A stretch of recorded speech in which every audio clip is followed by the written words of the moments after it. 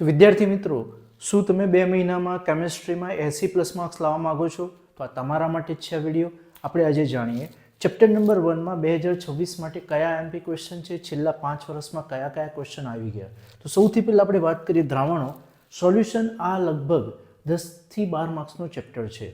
કારણ કે તો ક્વેશ્ચન નંબર 1 જે છે મોસ્ટ એમપી થિયરીમાંથી હેનરીનો નિયમ છે, એ તમને રાઉલ્ટનો નિયમ બાષ્પશીલ દ્રાવ્ય બાષ્પશીલ દ્રાવક માટે જે ઓલરેડી 2024માં 3 માર્ક્સમાં પૂછી ચૂકેલા.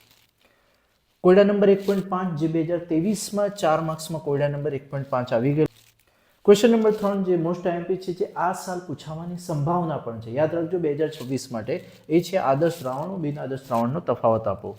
ક્વેશ્ચન નંબર 4 જે છે એ બાષ્પ ઘનતાનો સાપેક્ષ ઘટાડો, જે છે રાઉલ્ટનો અબાષ્પશીલનો નિયમ અને કોયડા લખાણ સંબંધિત 1.8. ક્વેશ્ચન નંબર 5 છે ઉત્કલન બિંદુ ઉન્નયન એટલે શું, એના વિશે સમજાવો, અને તમને એના પછી જે છે ઠાર બિંદુ અવનયન શું એટલે સમજાવો. કોયડા નંબર 1.8. કોયડા નંબર 1.9 એ મોસ્ટ આઈએમપી છે 2026 માટે, યાદ રાખશો 2026 માટે કોયડા નંબર 1.9 આઈએમપી છે. અભિસરણ દબાણ એટલે શું, આની થિયરી છે. તો કોયડા નંબર 1.12 જે છે વિદ્યાર્થી મિત્રો, એ 2022માં 4 માર્ક્સમાં આવી ગયો, આ સાલ પૂછાવાની સંભાવનાવાળો ક્વેશ્ચન છે. યાદ રાખશો કોયડા નંબર 1.12 એ 2026માં પૂછાવાળો સંભાવનાવાળો ક્વેશ્ચન છે, કોયડા નંબર 1.12.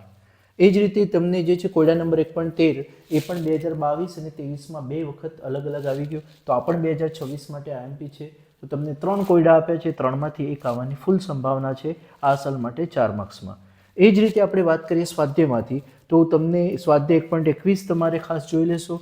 એ જ રીતે સ્વાધ્યાય 1.36 છે એ તમે ખાસ જોઈ લેશો, અને સ્વાધ્યાય 1.38 અને 1.39 બી ખાસ જોઈ લેશો. તો વિદ્યાર્થી મિત્રો, આટલા ક્વેશ્ચન છે, અને તમને કહી દઉં કે બધા જ ચેપ્ટરની આઈએમપી ક્વેશ્ચન આવી રહ્યા છે. એના પછી તમને હર ચેપ્ટરનું સોલ્યુશન પણ આવશે, એઝ વેલ એઝ તમને free of cost doubt session બી તમને મળશે. અને તમને કોઈ ટોપિક નથી ખબર પડતી તો એ પણ હું તમને જરૂર શીખવાડીશ લાઈવ લેક્ચરમાં. તો વિદ્યાર્થી મિત્રો, ચેનલ સબસ્ક્રાઇબ કરી લેજો, તમારા મિત્રોને શેર કરજો, અને તમને કોઈ જરૂર હોય તો જરૂરથી કોમેન્ટમાં કહેજો.